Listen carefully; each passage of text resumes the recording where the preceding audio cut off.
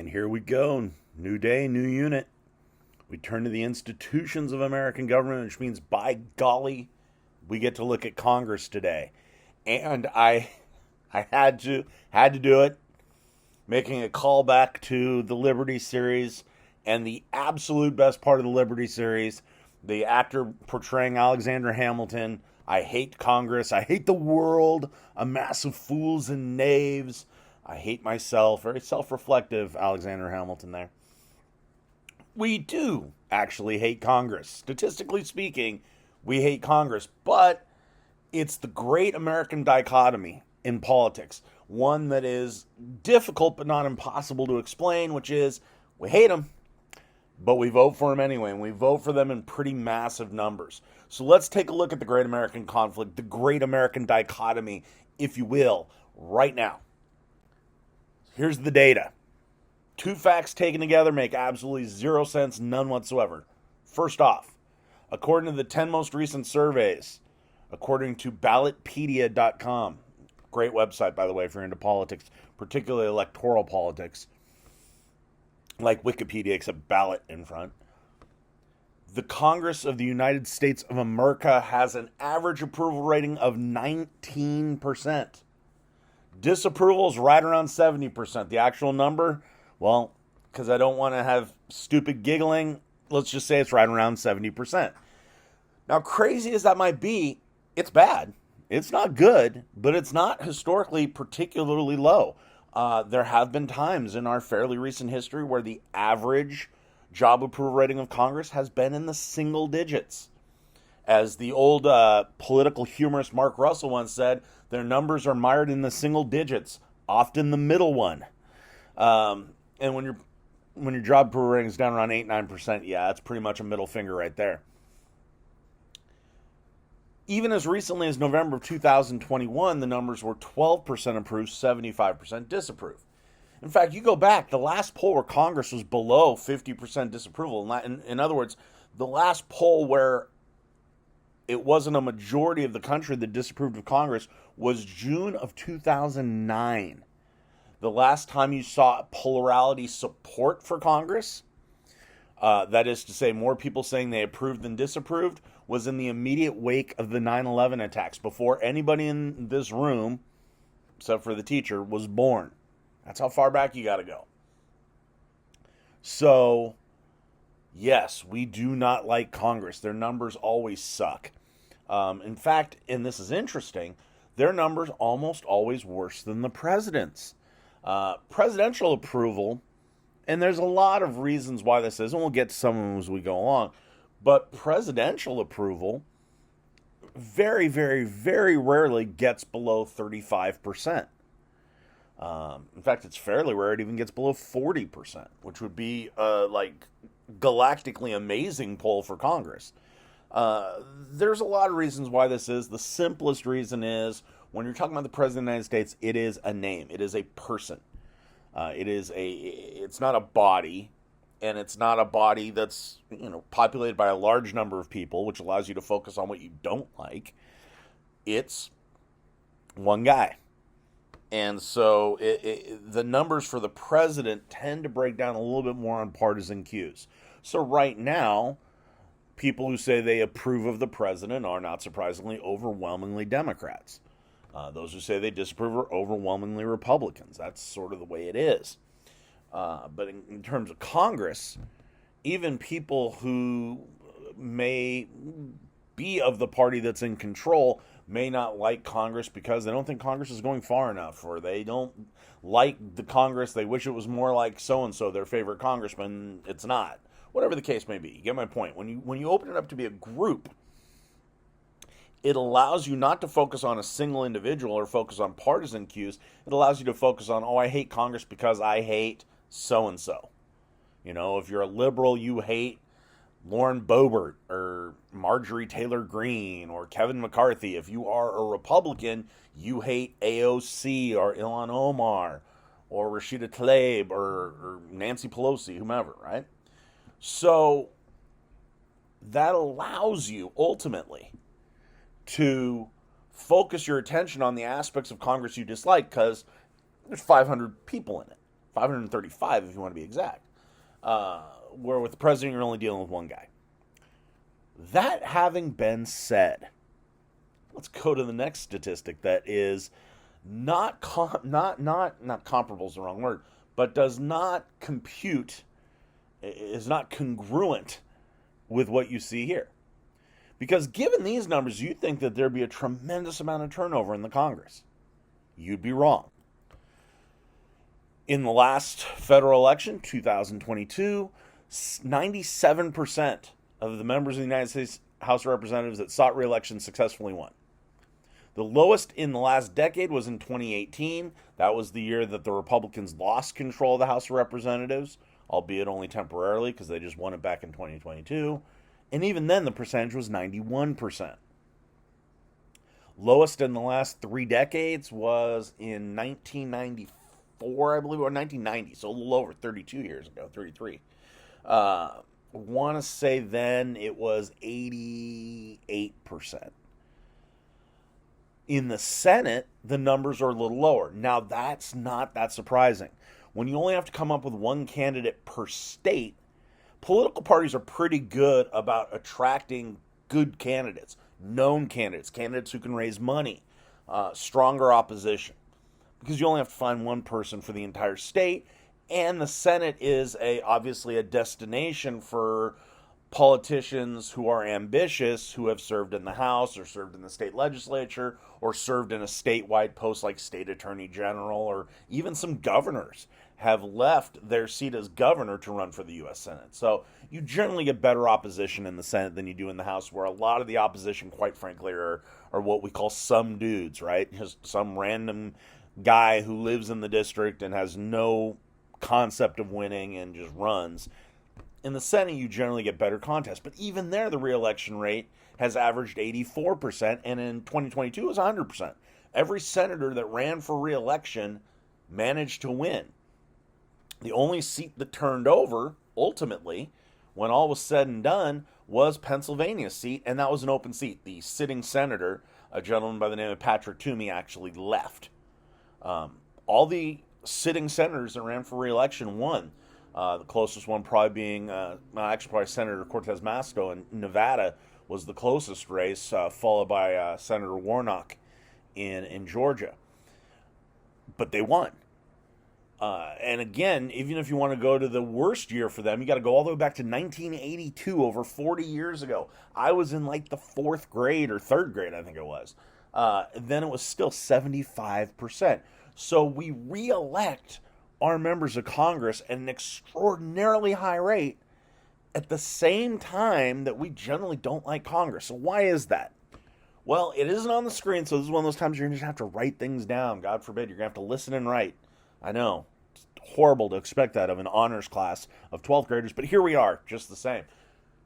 It's because when we talk about approving of Congress, we are not asking voters, do you approve of your member of Congress? If you were to poll the residents of this congressional district about whether or not they liked Ted Lieu, my guess is you do a great deal better than 19% or 22% or even those high water marks of 30 or 40%. You probably would get a decent number that say they wouldn't know who he was because, again, members of Congress, members of the House, because there's so many of them, are a little more obscure. But you would get almost certainly more people approving in the district than disapproving. Maybe it'd be 45-30 or 45-25 or something like that. And that's how he gets reelected, because there are more people that like him than don't. There's other reasons too, and we'll get to those in a minute, but that's definitely one of them. Now, that's the difference. When we talk about approval of Congress, we're talking about the body. And when, as I said earlier, when you open it up to the body of the government, then that allows people to focus on the people within that body that they don't particularly care for. Whereas when we talk about individual members of Congress, well, we've made a separate peace with those people.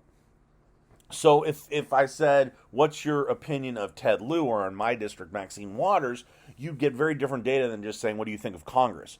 Because if you are a liberal and you think of Congress, you may think of the Republican House, which is not exactly your favorite body right now.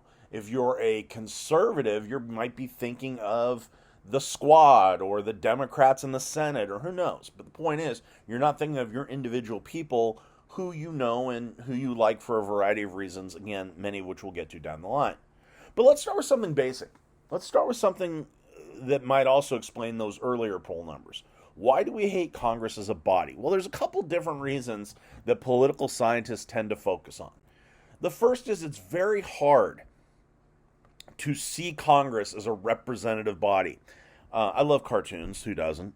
Cartoons almost always, it's interesting, almost always portray politicians in the same way. They almost always portray them as an old, fat, rich, white guy. Old, fat, rich, white guy. I'm counting them on my fingers right now. Alas, I am not rich. Everything else tracks, though. Yet you will not find me in Congress. Because that rich part, as we'll get to a little later, pretty damned important.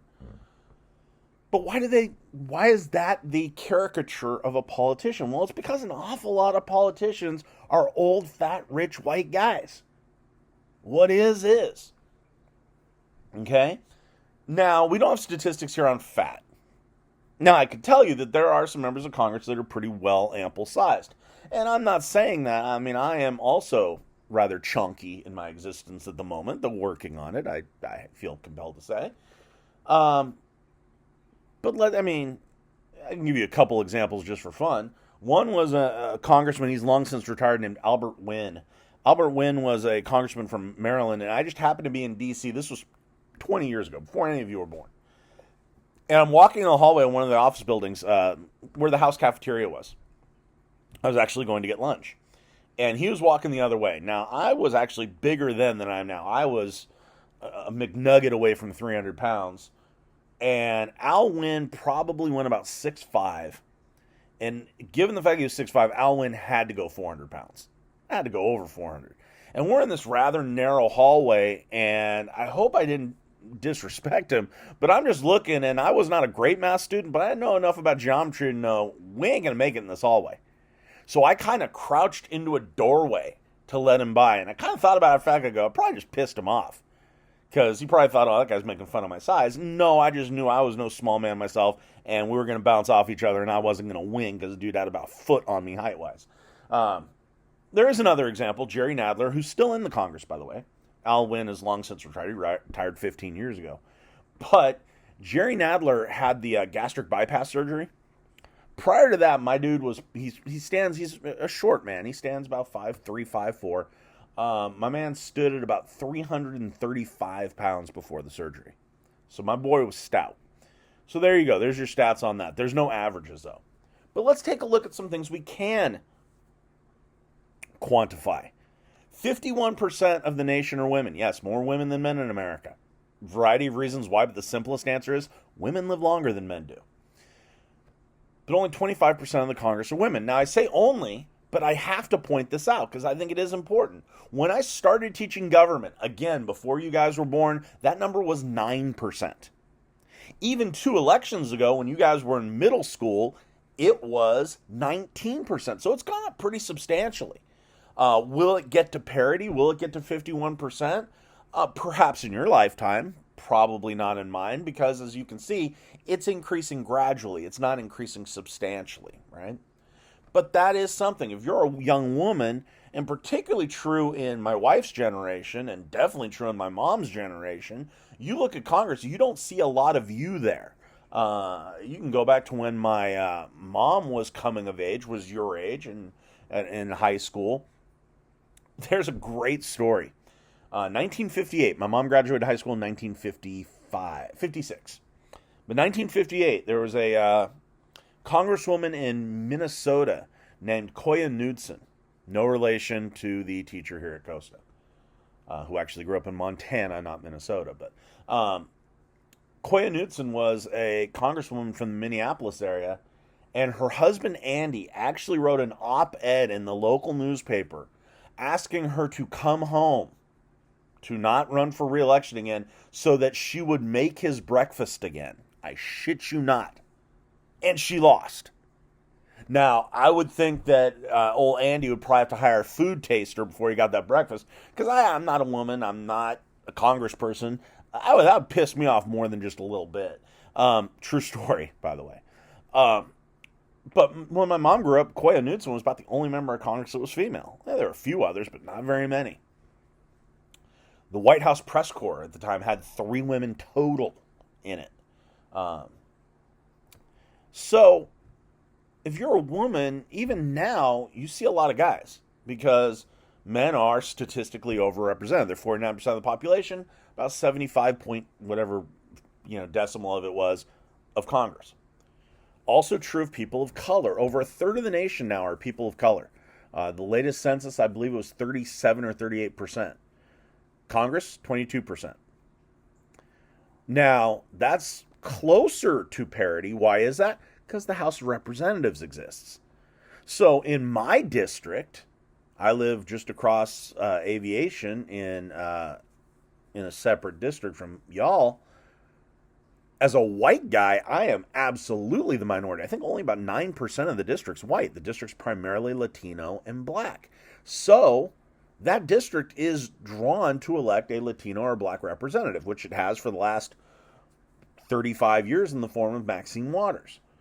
So the House, because it is drawn geographically, and we do have some what we would call de facto segregation in this country, and that people tend to live around people of the same community, does create a House of Representatives that does represent the nation ethnically better than the Senate does.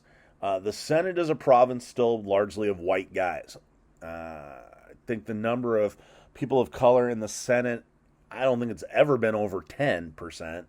And right now, I want to say it is 7 or 8, I think, at the moment. I'd have to actually really go down state by state and look at it. Then you've got people of the LGBTQ community. LGBTQIA+. Sorry, I want to get the whole thing in there. Would have put it here, but to be honest with you, it would have created another line. I didn't want to do that. 5 to 6% of the nation by most surveys. And a significant percentage of the younger end of this nation's spectrum. Not surprisingly, because thankfully they've been allowed to grow up with a little bit less of a stigma on that. Not none by any stretch of the imagination. And being an LGBTQI parent, I know of what I speak. But just to give you some perspective, 5 to 6% of the nation are LGBT. When I was in college, that number was statistically described as about 1%. Of course, those in the community thought it was closer to 10, and as the polling data now suggests, they were probably closer to right than the census was at the time. In Congress, it's less than 2%. Now, I will say that has changed in some good ways. That used to be a matter of campaign fighting.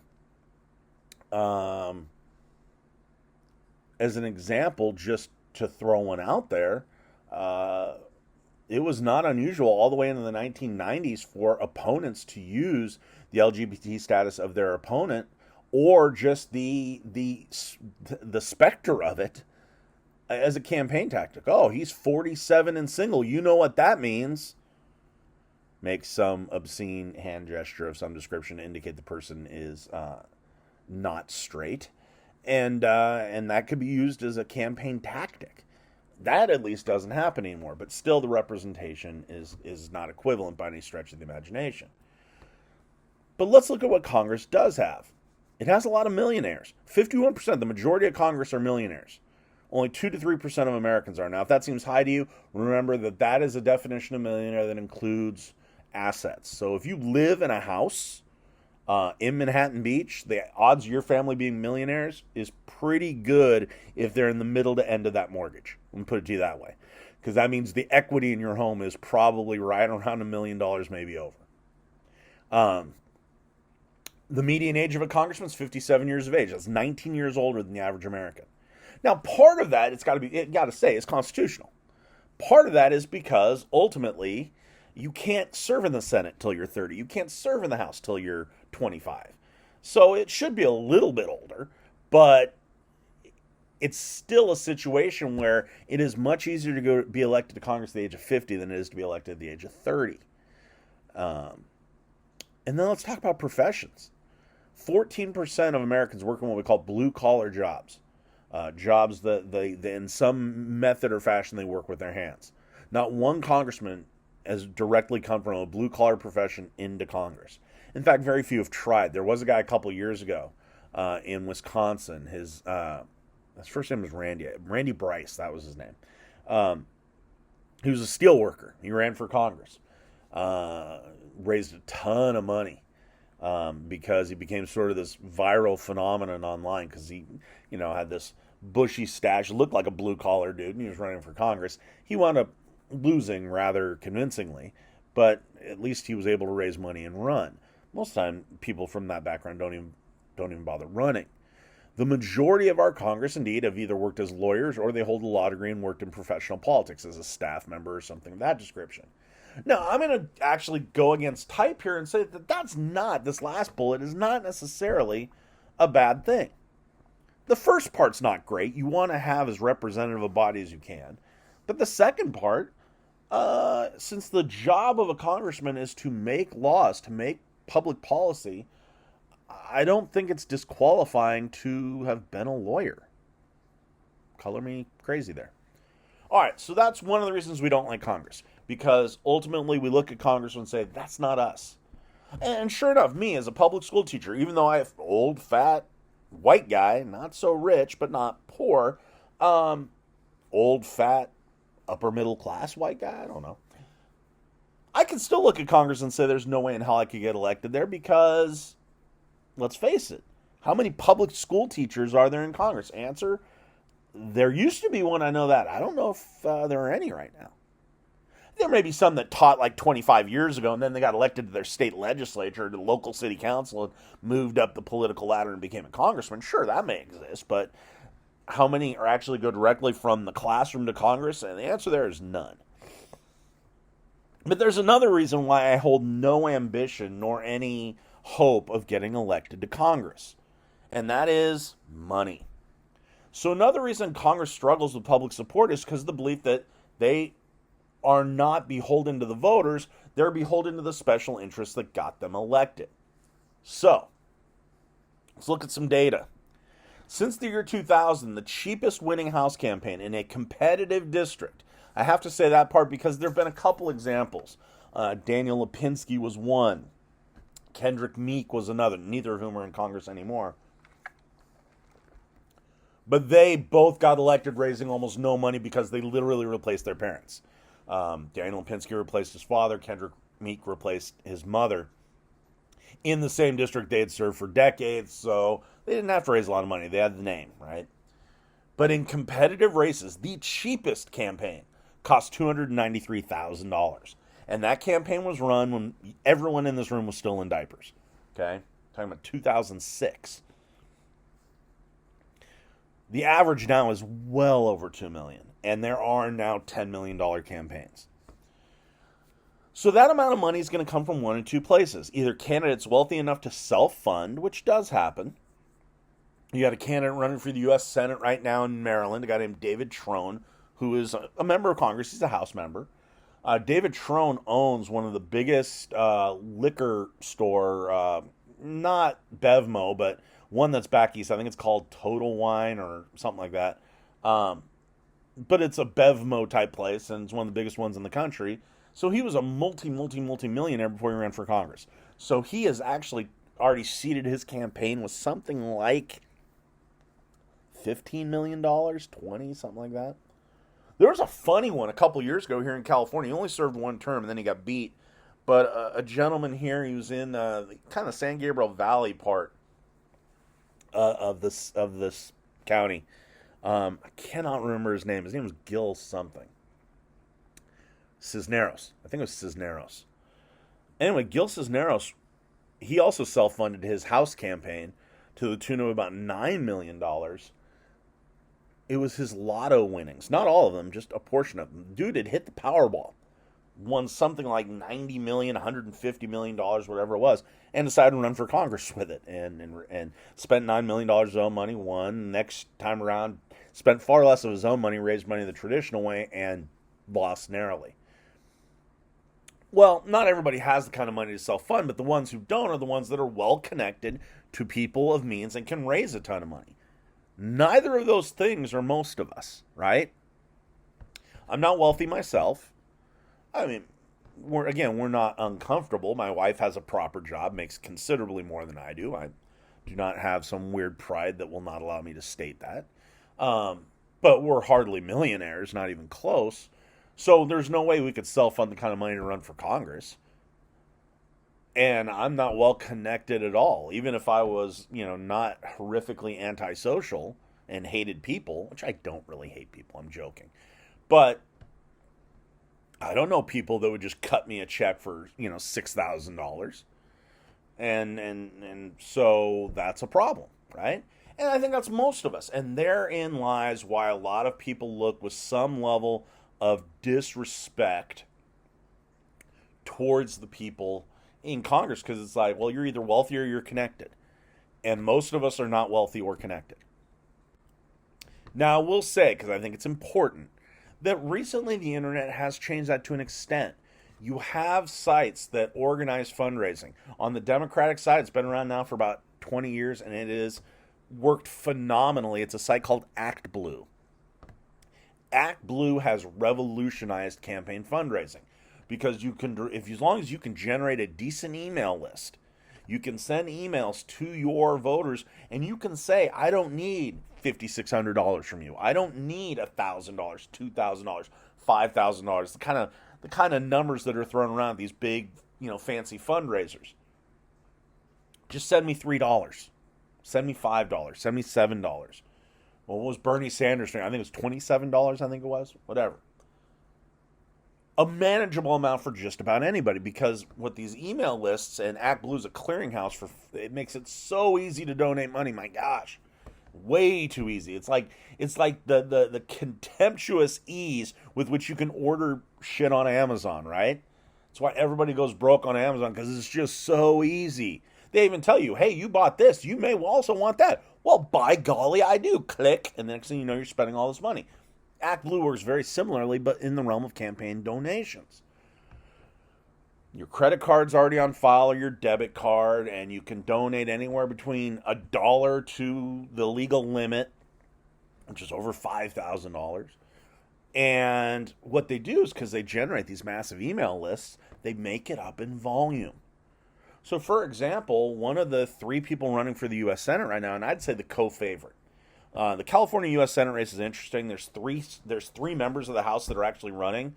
This is to replace Dianne Feinstein, who is leaving at the end of this term. I'd say the co-favorites are Adam Schiff, who became kind of famous in the Trump impeachments, and was actually the last House campaign I worked on back in the year 2000. It was actually his first campaign. He was a relatively young man then. But the co-favorite, I would say, is a congresswoman from Orange County by the name of Katie Porter. Now, Katie Porter wasn't exactly like a some dude. She had somewhat of a formidable resume to run for Congress. She was a law professor at UC Irvine. But she was not like this Goliath candidate who'd served in a bunch of offices and raised billions and billions of dollars. But she went the online route, attracted small donors because she's kind of got a very spitfire personality. And next thing you know, in $5 and $10 and $20 increments in her first campaign in 2018, she raised millions of dollars. Okay, I actually just paused it to look it up because I was going to just completely wig out if I didn't know the number. She raised $6.6 million in 2018 to run for Congress, which is a really solid amount. It's not the biggest, but it's up there, right? And that was mostly through small dollar donations, 90-something% of it. So that's impressive, and that can be done now. Now, at the same time, changes in the law, Citizens United, a case we'll talk about in great detail later in the semester, have allowed organized groups to raise unchecked amounts of funds for single candidates. So she had, in that race that she did win, she had about $5 million in independent expenditures against her, all raised by basically one entity. who was supporting her opponent at the time.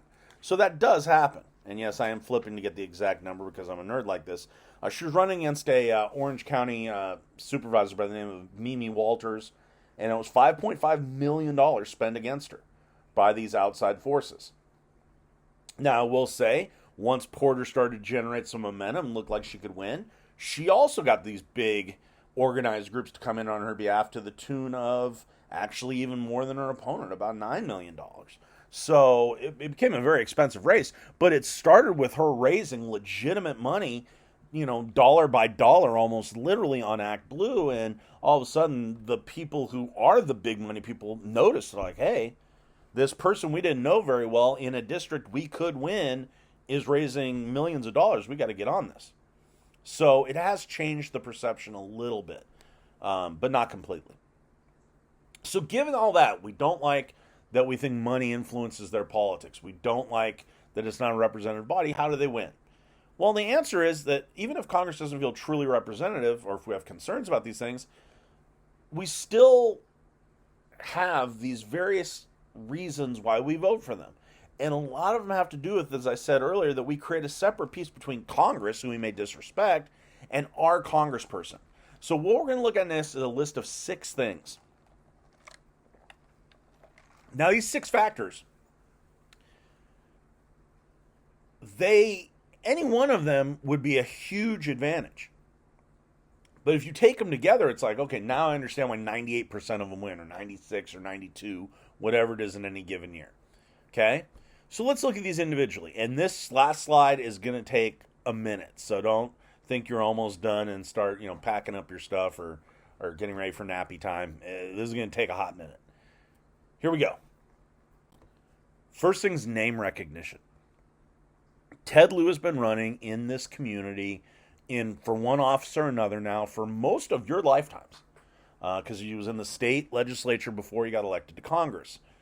So Ted Lieu is a known person. Plus, we've seen him around. Hell, he was on campus last year with Friendship Circle, right? So he is a known quantity. People know who he is. They've seen him in the community. They've seen him on their ballot at this point, probably close to at least a half dozen times, maybe a dozen times. His opponent, meanwhile, this has to be said, is most likely not somebody with that high a profile. So here's an important early distinction. When Ted Lieu's name's on the ballot, people know who he is, and they may have a general idea of, oh yeah, that was the guy that came to Friendship Circle, or oh yeah, that was the guy that spoke at the July 4th parade, or he's this guy, that guy. Oh, I remember seeing him at the Veterans Day parade in Torrance. Sure, that guy, I remember him. He's the guy I see on Twitter, because Ted Lieu actually does have a pretty big Twitter following. Or Threads at this point, perhaps. I don't know. I don't know if he's still on Twitter. So his opponent, whomever that may be, and last time around it was a great grifter type named Joe Collins. Joe Collins raised about $1 million to run for Congress because of who he was running against. He was running against Maxine Waters. This was back in 2020, 2018, one of those two. I think it was 2020. He got beat like 75% to 25% because the district's overwhelmingly Democratic. But he raised a lot of money because a lot of conservatives can't stand Maxine Waters. And so, because she had been fiercely, vocally anti-Trump, so he tacked into the MAGA donor community and says, "Hey, you want to defeat that Maxine Waters? You had so much. Give me money. Donate money to me." And he raised like $1 million, or maybe even $2 million, and got thumped. This time around, he ran against Ted Lieu because again, Ted Lieu does have a high Twitter profile, pisses a lot of MAGA types off. He was very vocal during the impeachment. Collins raised a decent amount of money, but he's got to spend a lot of that money just getting people to know what his name is. And Ted Lieu's already done that. So that's a big money saver in a campaign. Ted Lieu can target his campaign to issues or target his campaign to his opponent if he even bothers to recognize his opponent, but he doesn't have to spend a lot of money telling you who he is. Meanwhile, his opponent has to spend a great deal of money telling you exactly who he is. Then there's fundraising. And with this, I tell you a story. So only one time in my life was I in the position of interviewing candidates to endorse them. It was actually with as part of the South Bay United Teachers. I was on the political action committee for the South Bay United Teachers, and it was the local state assembly race. It was actually what launched Ted Lieu into the political spotlight, because the man who won, and I'll get to that story in a minute, actually passed away in his first term, and Ted Lieu was actually elected to replace him. At the time, I think Ted Lieu was a city councilman in Torrance, I think. But anyhow, this was our local state assembly seat. The Republican was a gentleman named Greg Hill, who was the mayor of Redondo Beach. The Democrat was a gentleman named Mike Gordon, who was the mayor of El Segundo. It was a really interesting race. And at the time, the district was a little more evenly split between Republicans and Democrats. Then there was a Peace and Freedom candidate, which is like the Socialist Party here in California. And there was a Libertarian. Now, we interviewed 3 of the 4. Greg Hill, the mayor of Redondo Beach, and the Republican no-showed the interview. Not a shock there. By this point, the relationship between the Republican Party in the state of California and teachers was pretty poisonous. So no huge shock there. So that left the Libertarian, the Peace and Freedom guy, and Mike Gordon, who's the mayor of El Segundo. Now, I'll tell you, the funniest interview was the Libertarian. Libertarian was a guy named Ethan Boive, something like that. He was a kid. He was 20. He was younger than I was. I was there. I was 30 years old. He had to be in his early 20s. His suit had to have been his dad's, because it was about 4 sizes too big. And he had kind of long hair. And guys, I don't want to play libertarian stereotypes here, but I am 99.5% sure our boy was high when he came to the interview, because he would giggle at odd moments and his eyes never fully opened. It was, I know I'm stereotyping horribly here, but I bet good money on it. Let's put it that way, okay? And he just said the weirdest stuff. Like, at one point he goes, I love teachers. I just don't like unions, because unions are bad. And I had to interrupt. I'm laughing at this point. I go, Ethan. He goes, yeah? I go, you do know you're in an interview with a teacher's union, right? Yeah. And I'm like, okay. It was good. The Democrat, Mike Gordon, was fine. He was a political guy. He was a political consultant. He'd worked managing other people's campaigns. And then he decided to get on the other side of the fence, got himself elected mayor of El Segundo, and he was fine. He was perfectly nice and polite, very slick. And I don't mean that in a negative way. Just, you could tell this dude was prepared. But the Peace and Freedom guy was the truly interesting guy, the socialist guy, right? Not only was he a teacher, he was the head of his teachers union. Okay? He had great, detailed answers to every single question, because he understood education. He was a teacher. He'd been a teacher longer at that point than I'd been alive. He was about 60 years old at that point. So who'd we endorse? We endorsed Mike Gordon. We endorsed the Democrat. Why? Well, I can answer that question with a question. How many members of the Peace and Freedom Party have been elected to the California State Legislature in the long history of that particular party? And the answer, of course, is none. And that brings us to our second point here. Campaign fundraising is an investment. And that makes it sound, I'm not trying to be cynical when I say that. When I say it's an investment, I don't mean you're like trying to buy off a congressman, okay? I know that's the cynical message, but that's not actually what I'm going for here. What I'm going for here is, when I say that it is an investment, what I mean quite literally is that when you're talking about a congressman or someone running for office, you want to ensure that you are backing somebody who can win. Because what good is your money going to a campaign that's going to lose? What kind of relationship are you going to have with them? They're going to be a private citizen. So you back people who you think have a reasonable chance of getting elected, right? It's one of the most common episodes in elective politics. Candidate looks strong. Something happens in the campaign. Their poll numbers tank. And the next thing you know, they can't raise any money, because no one wants to back somebody who's going to lose. What's the point? You might as well set your money on fire. So while the Peace and Freedom guy, whose name, he had a super generic name. That's the only reason I'm not giving his name. I think his name was honestly James Smith. It was a really common name. Why didn't we endorse him? Because he wasn't going to win. Plus, if we endorsed him, that would, given the fact that the winner of that race was almost certainly going to be a Republican or a Democrat, because the Peace and Freedom Party is socialists to the far left of the political spectrum, any votes that guy would gain from us backing him would probably come from the guy next to the left on the spectrum, which was Gordon. So we would indirectly be helping the guy who very pointedly no-showed the interview, and if I remember correctly, actually sent out a press release. They asked me to come interview them. I would never interview with them because unions are bad or whatever the hell it was they said. Teachers are greedy, it was not a nice press release, put it that way.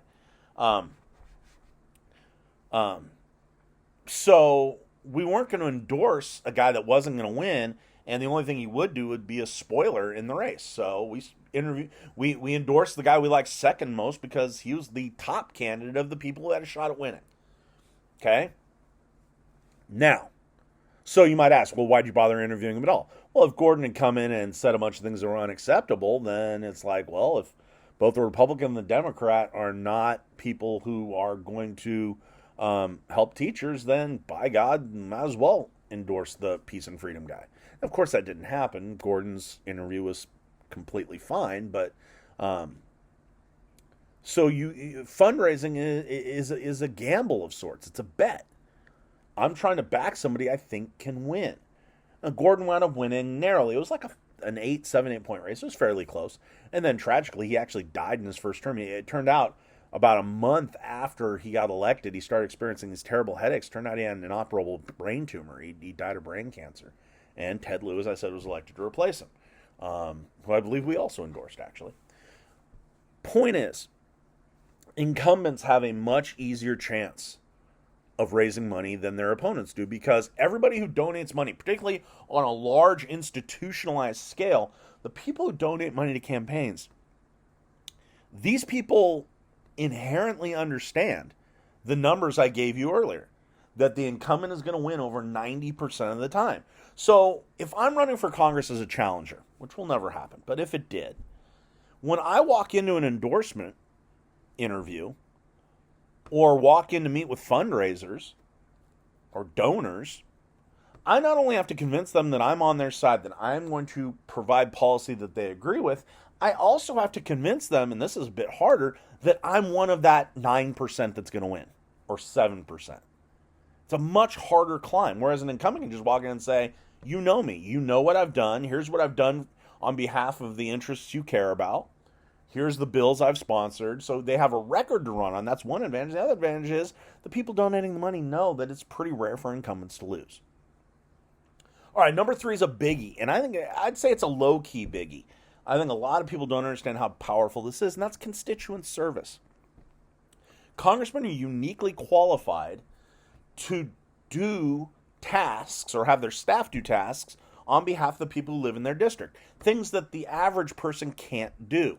So, for example, grandma's Social Security check is suddenly changed in amounts, or we're still gone missing. You call your representative and say, something's happened with grandma's Social Security check. Can you help us? Well, if you call the Social Security Administration, you're going to get consigned to automated voicemail hell. But since your congressman is one of the guys who decides the budget for the Social Security Administration, when they call the Social Security Administration, they get a different number than you do.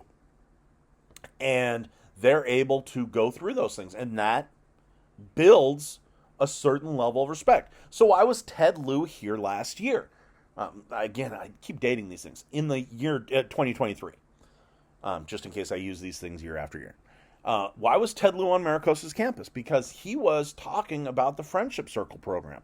And one of the things, of course, he pointed out is that he was able to obtain some amount of federal funding to fund these programs at schools. That's constituent service. Now, that's also, number 4, the power of the budget. So, the term pork barrel spending is a term you'll hear from time to time. It actually comes from the days of the exploratory era, hundreds of years ago. On every expeditionary ship, there was something called the pork barrel.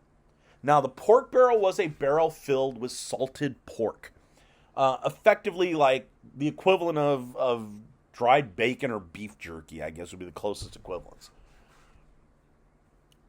And it'd be kept because at the time, expeditionary work was brutal work. It was physically demanding.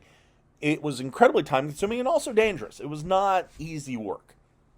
And your crew over time would get cranky, cranky to the point of possibly going in the direction of mutiny.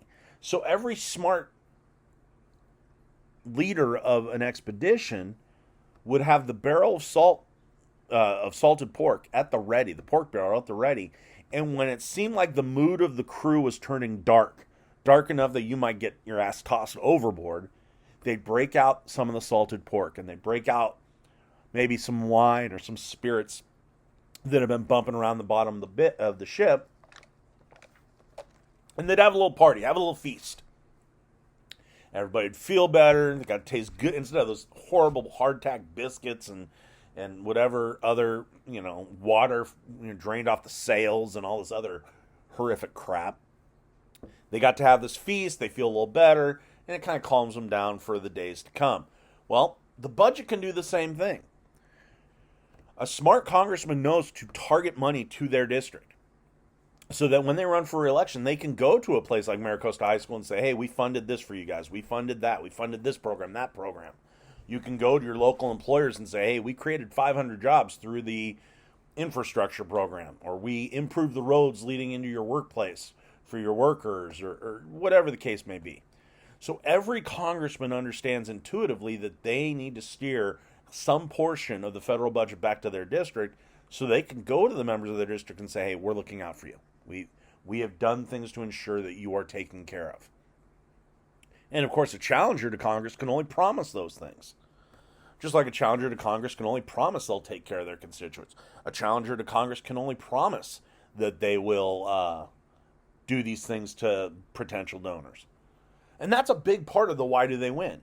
Because a congressman has actual tangible results they can bring to donors, to voters. All an opponent can do is promise these things. Then there's the franking privilege. I'll just mention this very quickly because it's not a huge thing, but it does matter some.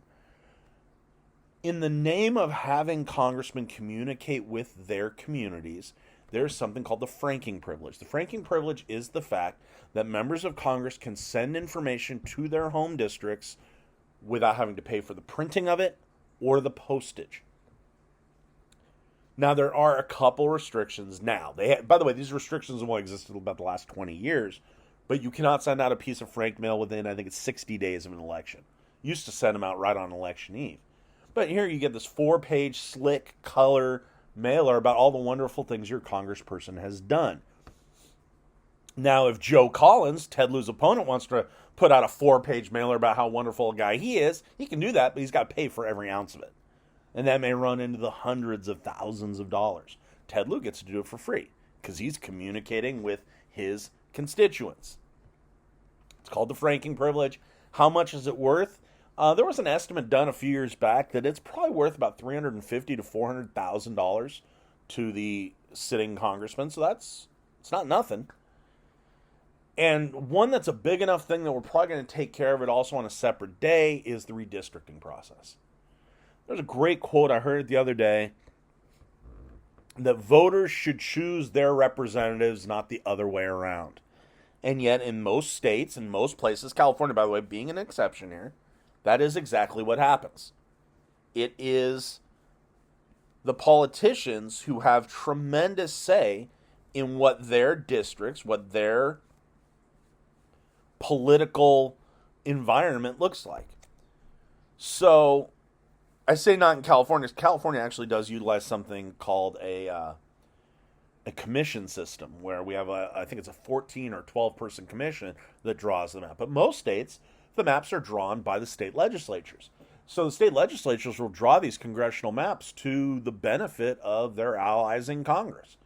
So it's not unusual for a congressman to walk in and say, hey, this part of the district's turned away from me, cut it out of my district, add this part, include this neighborhood here, exclude this neighborhood here, and draw their district to their specifications. Now, why will the state legislature do that? Well, In most states that have state legislatures drawing the maps, the majority of the state legislature is the same as the bulk of the members of Congress. Obviously, you go to, just to pick a state at random, you go to New York State. Well, New York State's a heavily Democratic state. The majority in both state legislative houses is Democrat. And was it 18 out of 25, 18 out of 26 of the members of the House are. So, yeah, the House members are going to have tremendous influence if they get that right. Now, as it turns out, New York's map was actually drawn by a court because it was ruled unconstitutional, which we'll get to that whole process later. But anyhow. So the redistricting process is another advantage because what it creates is most districts are drawn to be not competitive. Ted Lieu, unless some horrific scandal befalls him, can't lose this district. This district voted 68% for Joe Biden. So a Republican would have to get every Trump voter, and then on top of that, get about a third of the Biden voters. Biden and a Republican. It's just not going to happen. So when Ted Lieu wins, he tends to win 65-35, 68-32, 63-37. I mean, he's going to win comfortably. So what the redistricting process has done over the years, rather deliberately, is it has created a system where most of the districts are not competitive. So we have 435 House districts. I can tell you right now, and here, again, going behind, breaking the fourth wall here, I'm recording this in, July of 2023. So we're 16 months to the 2024 election. I can already tell you who's going to win over 300 of the House seats. Probably over 350. Just because those districts are so heavily skewed. Ted Lieu, or if he is to retire, another Democrat will win the district you live in. Maxine Waters, or if she retires, much more likely because she's 85. Ted Lieu's still relatively young. I think he's in his late 50s. But Maxine Waters, if she is to retire, then it'll be another Democrat that wins the district. It won't be a Republican because the district's like 77% for Biden. And so forth and so on.